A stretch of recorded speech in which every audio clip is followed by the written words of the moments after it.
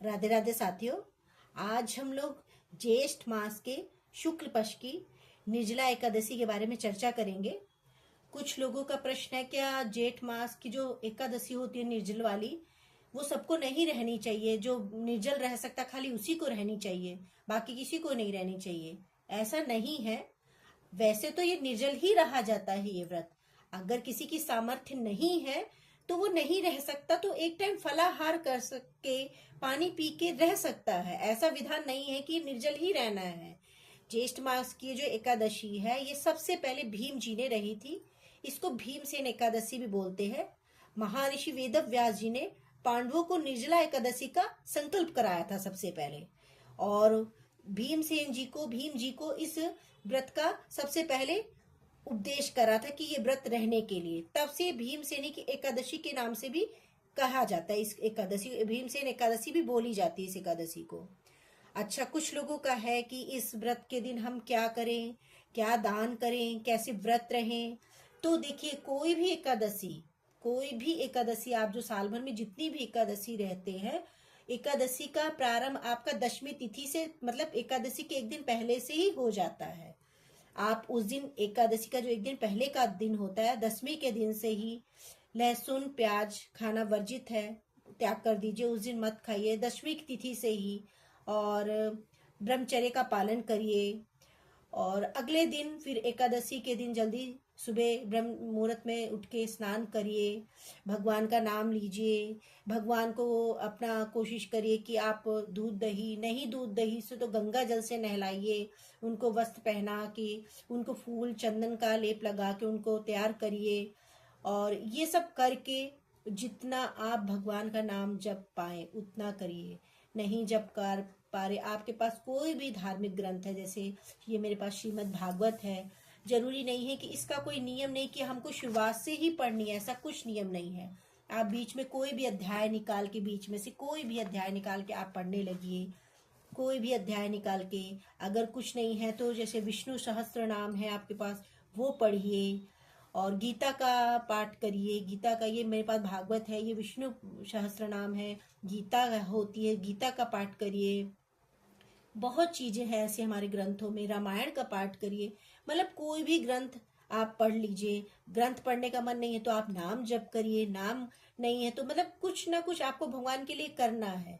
जिस दिन व्रत होता है उस दिन हमारा मन खुद ही भगवान की तरफ रहता है आकर्षित कि हाँ आज हमारा व्रत है। बार बार हमारा व्रत व्रत होता है तो भगवान का नाम ही एक तरह से हमारे मन में चल रहा होता है कि आज हमारा व्रत है। व्रत मतलब भगवान का लिए व्रत है, हम उन्हीं के लिए व्रत रख रखा आज हमने। और जैसे कि कुछ लोग पूछते हैं कि निर्जल एकादशी में हमें क्या दान देना चाहिए, क्या करना चाहिए। और एक सबसे पहली बात तो, इस बार निर्जला एकादशी हमारी 25 जून को पड़ रही है, जो गुरुवार को पड़ रही है, बृहस्पतिवार है उस दिन। और इस दिन आप सुबह जल्दी स्नान करके कोशिश करिए, अगर पीला वस्त्र धारण कर पाए, पीला वस्त्र पहन पाए तो वो जरूर पहनिए। और इस दिन जल दान का बहुत महत्व है। और कुछ लोग कहते हैं कि अगर हम जल पी नहीं रहे तो हम जल दान क्यों करें? भाई आप व्रत है ना, कुछ लोग नहीं है व्रत, तो आप जल दान करिए। जल दान करने का इस दिन का बहुत महत्व बताया गया है। पहले के टाइम पे घड़े में जल भर के दान दिया जाता था। अब आजकल के हिसाब से कुछ लोग घड़े का नहीं रखना पसंद करते या नहीं कुछ घड़ा रखते। वैसे घड़े का दान ज्यादा उत्तम माना जाता है। जो मिट्टी का घड़ा होता है, कलश होता है, उसका दान ज्यादा उत्तम माना जाता है। आप नहीं कर पा रहे मिट्टी के कलश का दान, तो आप स्टील के जो लोटे होते हैं, जैसी आपकी आपकी श्रद्धा हो, लोटा है, जग है जिसमें पानी भर सके, आप वो करिए। बोतलें आजकल आ रही हैं, स्टील की बोतलें, या मतलब कोई भी बोतल में अगर शरबत बना के घर में, अच्छा शरबत बना के दान कर सके बोतल वगैरह में या जग में या लोटे में, वो करिए। फल दान करिए। जूता चप्पल दान करिए। पर एक चीज ध्यान रखिएगा, जूता चप्पल चमड़े के नहीं होने चाहिए। कपड़ा का जूता हो और चप्पल जैसे रबड़ वगैरह की हो वो होने चाहिए, चमड़े का नहीं होना चाहिए। छाता दान करिए। मिठाई दान करिए। जो आजकल फल, जो आजकल सीजनली फल है, जैसे आम है, खरबूजा है, लीची है, जो कई तरह के फल चल रहे हैं, वो आप दान करिए। और एक चीज का और ध्यान रखिएगा, एकादशी में अन्न का दान मत करिए। अन्न का दान आप द्वादशी के दिन, मतलब एकादशी के अगले दिन, द्वादशी तिथि जो आती है उस दिन आप अन्न का दान करिए, जैसे चावल है, दाल है और आटा है, ये सब अगले दिन, या बना हुआ खाना ब्राह्मणों को दे दीजिए। पर एकादशी के दिन अन्न का दान नहीं करा जाता। द्वादशी के दिन अन्न के दान का महत्व है, एकादशी को नहीं। और कई चीजों का इसमें आप विशेष ध्यान रखिए, जैसे आप इस दिन कोशिश करिए कि सुबह जल्दी उठिए, प्रातःकाल ब्रह्म मुहूर्त में उठिए, नहा धो के भगवान के पास हाथ जोड़ के, कुछ लोग कहते हैं संकल्प कर लें हम, हाँ संकल्प करना चाहिए। अगर किसी को नहीं आता तो आप कुछ मत करिए, हाथ जोड़ के भगवान से प्रार्थना करिए, भगवान आज मैंने एकादशी का व्रत आपके नाम का रख रखा है, आप ही प्रयास करिए कि मैं इस व्रत का अच्छे से पूरा पारण कर सकूं, अच्छे से ये व्रत रह सकूं, आप ही मेरे पर कृपा करिए। इस तरह आप प्रार्थना करिए, भगवान आपका उसी में संकल्प सब मान लेगा। कोई वो नहीं कि मुझे संकल्प करके ही व्रत रहना है। जितना हो सके आप भगवान का नाम जप करिए, भगवान के पास बैठिए, उनका नाम लीजिए। और द्वादशी तिथि को अगले दिन आप, उस दिन भी अगले दिन सुबह उठ के जल्दी नहा धो के भगवान को नहला धुला के उनको पहले भोग बनाइए, उनका कुछ भी पूड़ी सब्जी कुछ भी, मतलब आप भोग बनाइए, सात्विक भोजन बनाइए बिना प्याज लहसुन का, उनको भोग लगा के, हो सके तो मंदिर में या कहीं भी कोई दान, अन्न का दान कर दीजिए, जाके अन्न का दान करिए। और द्वादशी तिथि को ही अन्न का दान करा जाता है।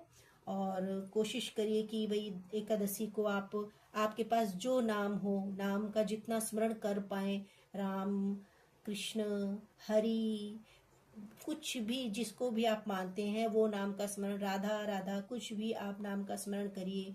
और जो आपको मंत्र वगैरह जैसा आते, पर मंत्र का हम बताएंगे, मंत्र आप शुद्ध अवस्था में ही कर सकते हैं, भगवान के पास नहा धो के बैठ के तभी कर सकते हैं। नाम आप किसी भी अवस्था में कर सकते हैं, चलते फिरते, लेटते उठते, काम करते।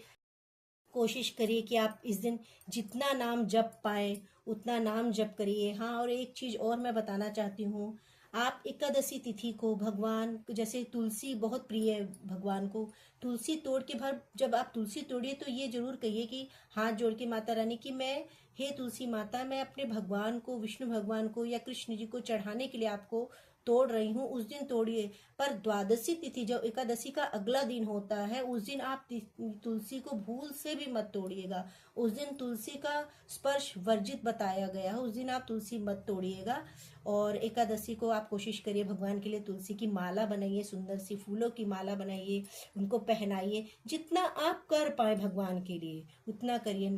कुछ नहीं कर सकते, नाम जप कर सकते तो नाम जप करिए, कुछ नहीं कर सकते, नाम जरूर जप करिए उस दिन। और व्रत सबको रहना चाहिए वैसे इस दिन। अगर बच्चे हैं 11 साल के ऊपर के, जो भी बच्चे, कोशिश करिए आप अपने बच्चों को व्रत रखवाइए। पर बच्चों के लिए मतलब फलाहार की व्यवस्था कर दीजिए, उनको जो फलाहार में खाया जाता है वो उनके लिए व्यवस्था कर दीजिए, बच्चों को कोशिश करिए रखवाइए। और अब मैं आखिरी में एक चीज़ और कहना चाहती हूँ, अगर आप लोगों को कुछ भी मुझसे पूछना हो इस वीडियो के बारे में या इस व्रत के बारे में तो मुझे कमेंट जरूर करिए। और मैं आखिरी में 2 मंत्रों के साथ ये वीडियो अपना समाप्त करती हूँ। आप कोशिश करिएगा, अगर आपको ये मंत्र अच्छे लगे तो आप ये मंत्र को याद करके जरूर भगवान के आगे गाइएगा, इनका कीर्तन करिएगा। पहला मंत्र है मेरा, शुक्लांबरधरं विष्णुं शशिवर्णं चतुर्भुजं प्रसन्नवदनं ध्यायेत् सर्वविघ्नोपशान्तये। शान्ताकारं भुजगशयनं पद्मनाभं सुरेशं विश्वाधारं गगनसदृशं मेघवर्णं शुभांगं लक्ष्मीकान्तं कमलनयनं योगविज्ञानगम्यं वन्दे विष्णुं भवभयहरं सर्वलोकैकनाथं। बोल विष्णु भगवान की जय। दूसरा मंत्र है मेरा, कृष्णाय वासुदेवाय हरये परमात्मने प्रणतः क्लेशनाशाय गोविन्दाय नमो नमः।